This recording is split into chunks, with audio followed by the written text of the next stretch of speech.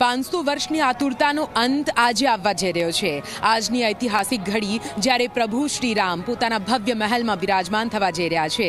અત્યારે અમે રામ મંદિરના મુખ્ય ગેટની બહાર ઊભા છીએ। અહીંયા તમે જોઈ શકો છો કે રીતે ફૂલોની સજાવટથી પૂરા મંદિરને સજાવી દેવામાં આવ્યો છે। અહીંયા प्राण प्रतिष्ठा महोत्सव में आप सब मेहमानों का खूब खूब स्वागत है। એ પ્રકારે અહીંયા રામ જન્મભૂમિ ટ્રસ્ટ દ્વારા એક બોર્ડ લગાવવામાં આવ્યો છે। જેટલા પણ વીવીઆઈપી મહેમાનોથી લઈને જેટલા પણ રામ ભક્તો આવે છે તેમનું સ્વાગત કરી રહ્યું છે। આપ અંદર પણ જોઈ શકો છો કે રીતે ચાંપતો બંદોબસ્ત ગોઠવી દેવામાં આવ્યો છે।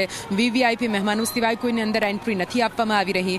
પૂજા વિધિ વિધાન સાથે વૈદિક મંત્રોચ્ચાર સાથે અંદર રામજીની પૂજા અર્ચના થઈ રહી છે અને 12:30 વાગ્યાનું એ મુહૂર્ત જ્યારે 84 સેકન્ડનું એ મુહૂર્ત કાઢવામાં આવ્યું છે, જેમાં વિધિ વિધાન સાથે ભવ્ય મંદિરમાં ભવ્ય મહેલમાં ભગવાન શ્રી રામ બિરાજિત થશે। મારા કેમેરામેનને કહીશ અહીંયા જે એક વિશાળ રંગોલી બનાવવામાં આવી છે એ પણ આપ જોઈ શકો છો કઈ રીતે વિવિધ રંગ અયોધ્યાના રંગમાં અયોધ્યામાં મહાદીપાવલીના અવસરમાં 4 ચાંદ લગાવી રહ્યા છે। અને હોય પણ કેમ નહીં, કેમ કે હાલ તો દિવાળી નહીં પરંતુ મહાદિવાળીનો અવસર છે અને એટલા માટે પૂરા અયોધ્યામાં દીપ જલાવીને રંગોલી પૂરીને અને ફૂલોની સજાવટ કરીને આ જ પ્રકારે દિવાળીનો ઉત્સવ મનાવવામાં આવી રહ્યો છે। કેમ કે આખરે અમારા રામ આવ્યા છે। દરેકના મનમાં એ જ પ્રાર્થના છે કે જલ્દીથી ભગવાનની એક ઝલક મળી જાય, એ પ્યારા રામલલ્લાની એક ઝલક પોતાની આંખોમાં કેદ કરી લે।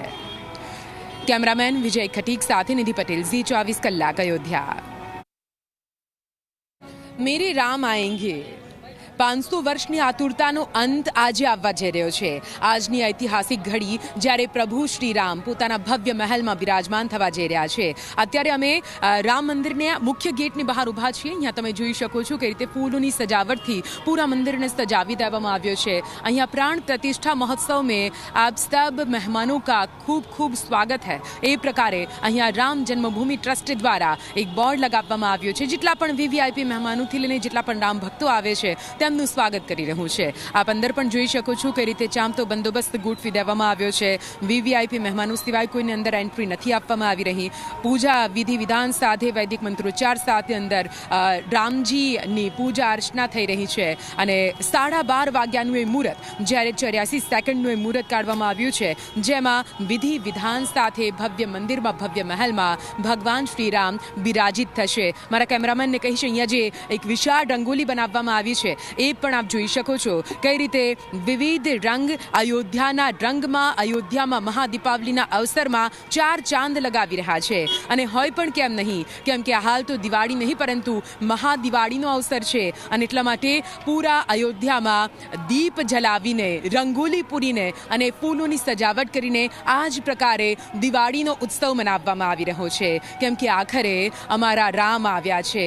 દરેકના મનમાં એ જ પ્રાર્થના છે કે જલ્દીથી ભગવાનની એક ઝલક મળી જાય, એ પ્યારા રામલલ્લાની એક ઝલક પોતાની આંખોમાં કેદ કરી લે। કેમેરામેન વિજય ખટીક સાથે નિધિ પટેલ, ઝી 24 કલાક, અયોધ્યા।